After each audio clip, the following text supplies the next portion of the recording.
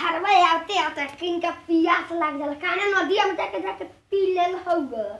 ला है P low रे तो हम दिन भर खेती सोहनी करे मते घर में हई टीका फाना क के बुजरा काटी टिकरी काटी कजर काटी गरियाव तन तोरा के हो तमा लोला तूर देबे होई न देख लगने भाई लोग हई लोला तूर दिए अपना ससुर पे हैंग हुकुम चलावतिया आई हई एकरा के हम कहां से खोज हेर के लियोइनी इतना सुंदर घर में राखतानी हई हमरा पे हमरा हुकुम चलावती एक लोटा पानी मांगला पर टोर टोर चिलेला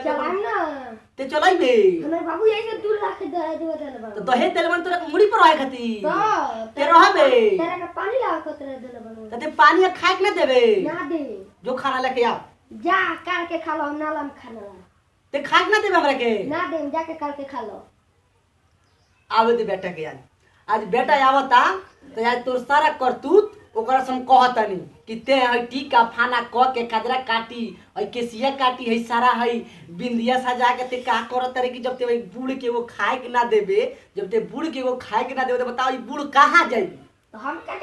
तारा के आज एगो में ना दूगो में जोड़ के तारा के घर से आबा बोरिया ते हमरा के बहरिया देबे या एगो तो भूखाइल पियास रहल त तुम्हारा के पानी ना देला हो आवे तो उनके ओकरा बात तहां कार देख केन करतनी सु आवे दया आ कल पंचायती बिट रही तनी घर में ना रह बोला तू देख ना तू ना रहबो हम ना रहे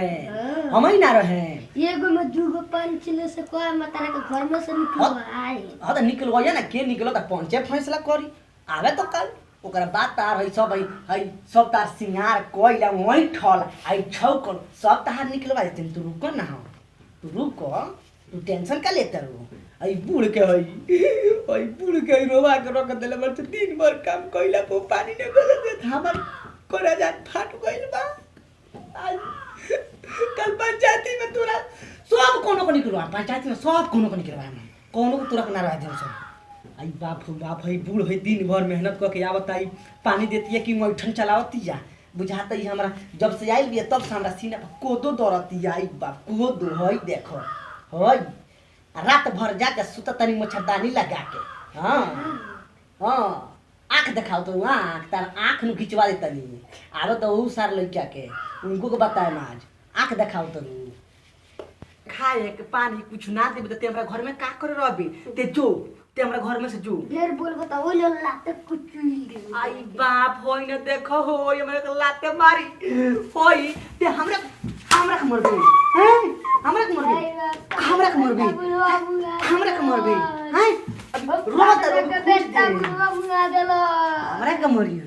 इपना के बेटा बुआ बुआ देलो वो सरवा आओ तरन ताज उनको गाड़ फाड़ देतनी उस सरवा कहते तेरा के लाते कुछ अभी बोलते बरगोभी इपना के बुआ बुआ देलो पादना का बेटा बुढ़वा मुआ देलो तहरा के हां मुहे में हुर दे और तहरा के चिन्हत नहीं खू आवे तो उनके के आ जाओ तारन तो उनका के आज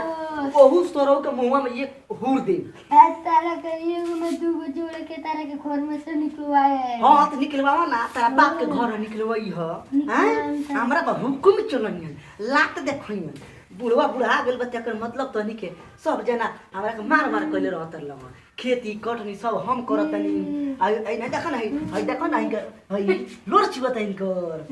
सब जाव का मेरा सुन के टिपना हवे हां बाप रे कहां जरा बिंदी लिपस्टिक लगा के आ खाली घर में रही हन ढेर बोलबो अभी तू बोलबू तू बोलबू अभी